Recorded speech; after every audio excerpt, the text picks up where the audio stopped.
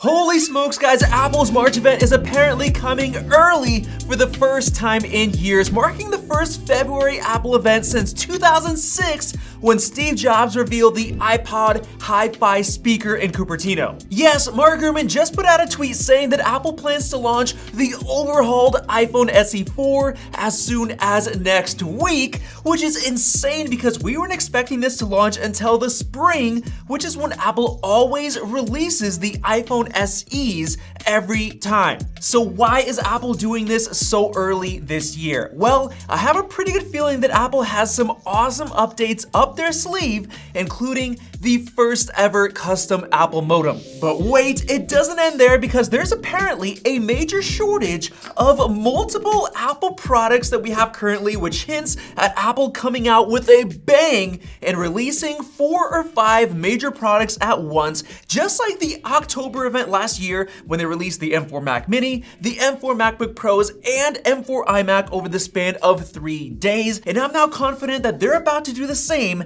as soon as next week, so let's dig in. By far the biggest hint of new Apple products coming soon is low inventory of current products, meaning that Apple is intentionally holding off on stocking certain products both in stores and online, and this time around, it's the current iPhone SE and the iPhone 14 models, which hints at product launch number 1, which is the new iPhone SE 4. Now, with the iPhone 14 being low in stock, that means that Apple plans to discontinue that $600 model, as well as obviously the current iPhone SE, which is $429, with simply just one phone, the new iPhone SE 4. And why? Well, it's pretty obvious because it's based on the iPhone 14's design, and it'll look almost identical except for having just one camera on the back. And this also hints at Apple raising the price of the iPhone SE 4 up to $500, which is still a killer deal for what we're gonna get. So let me give you a quick rundown of the new features that we're expecting. First off, the Lightning port is going away for good. We're getting USB-C, which is huge, especially for Android users switching over to the budget iPhone SE 4. We're also getting a full redesign all the way around with squared off sides, with Face ID finally built into the notch. We're getting a much larger 6.1-inch edge-to-edge display, so no longer having that crappy square LCD with the home button on it, and we're getting OLED display tech, which looks so much better. It's brighter, better colors, amazing contrast.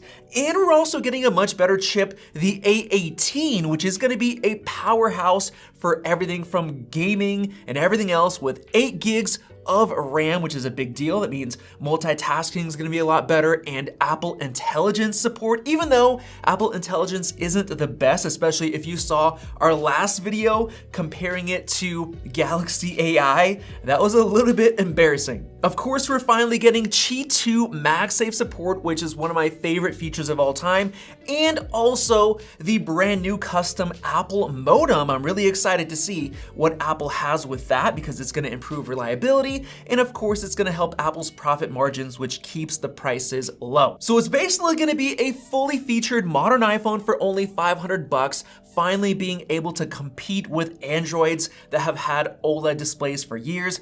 The only downside is that it's not gonna have a 120 Hz display. And now let me get into the second product that's coming as soon as next week. Yes, we're getting a brand new M4 MacBook Air that has been rumored for months. According to Mark Gurman, we're getting shortages of MacBook Air models in Apple stores and online, so Apple is prepping this new MacBook Air. We've already seen so many leaks that pointed to a very early 2025 launch for this new M4 Air, starting with Mark Gurman claiming that the Air would actually come a lot sooner than the iPhone SE and the new iPads, but I guess it's coming out all at once as soon as next week. And then we also got a bunch of other leaks talking about the M4 Air going into mass production and getting prepped by Apple for launch, as well as some software beta leaks pointing to this coming soon. Now, this is all gonna be about the M4 chip, which is a lot faster, a lot better, more efficient than the previous one, and that chip is gonna make it really hard for the Windows side to compete with their thin and light laptops coming with, let's say, the Intel Lunar Lake chip,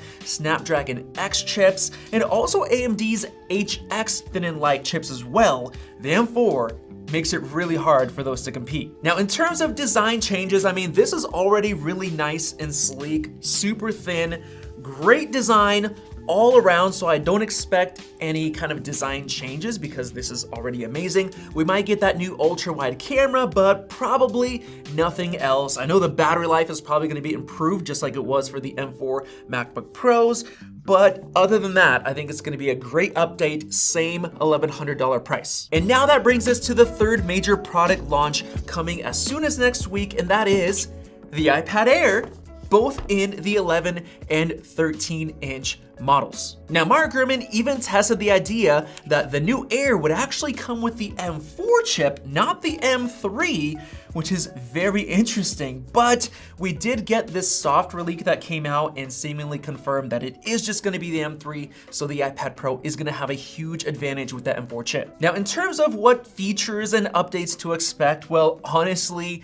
not much. I don't think the design's gonna change because it already looks and feels great. It's mostly just gonna be chip updates like that M3, maybe some wireless spec changes, but not much more. The thing I'm really excited about though is the next product launch. It's the fourth one, which is gonna be a brand new Magic Keyboard 2 for the iPad Air. This right here in my hands is the old original Magic Keyboard, and it definitely had some flaws. Of course, we have the new Magic Keyboard 2 for the iPad Pro, and it is so much better than this one. It has the function keys, the much better angles. It also has a metal chassis, kind of metal bottom with a better trackpad. Now, I don't know if that specifically is coming to the version that we're getting on the iPad Air, but I think it is a must buy for anybody who wants to use their iPad Air like a laptop. And just like Tim Cook recently said, the major growth happening in the iPad space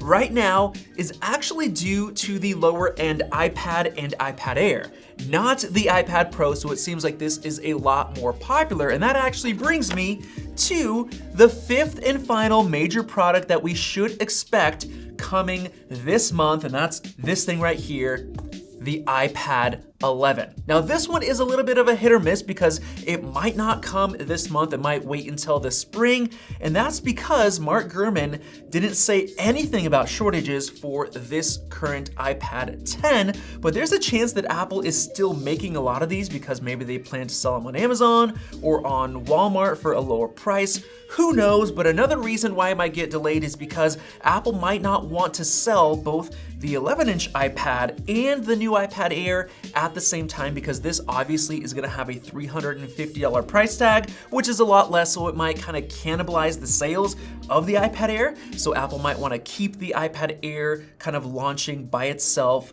to boost the sales of that Air. We do have leaks of this thing coming with the A17 Pro chip, which is a big deal. It means it's coming with Apple Intelligence support and 8 gigs of RAM, which is huge because the current iPad 10 has the A14 chip with only 4 gigs of RAM, so that there's gonna be a massive difference in terms of general multitasking, snappiness, gaming performance, everything. But some people are saying that we might actually get the A18 chip, which would be even better because it has newer tech. So with that said, guys, I am shocked that Apple is releasing these new products so early in February, which they never do, which is really nice because this is a slow season for Apple fans and Apple products in general. So it's nice we're getting some fresh products early. And you guys let me know which one you are most excited about down in the comment section below, and definitely subscribe for more videos like this one, and check out that Galaxy AI comparison right there because it was very, very fun to film. Thanks for watching, and we'll see you in the next video.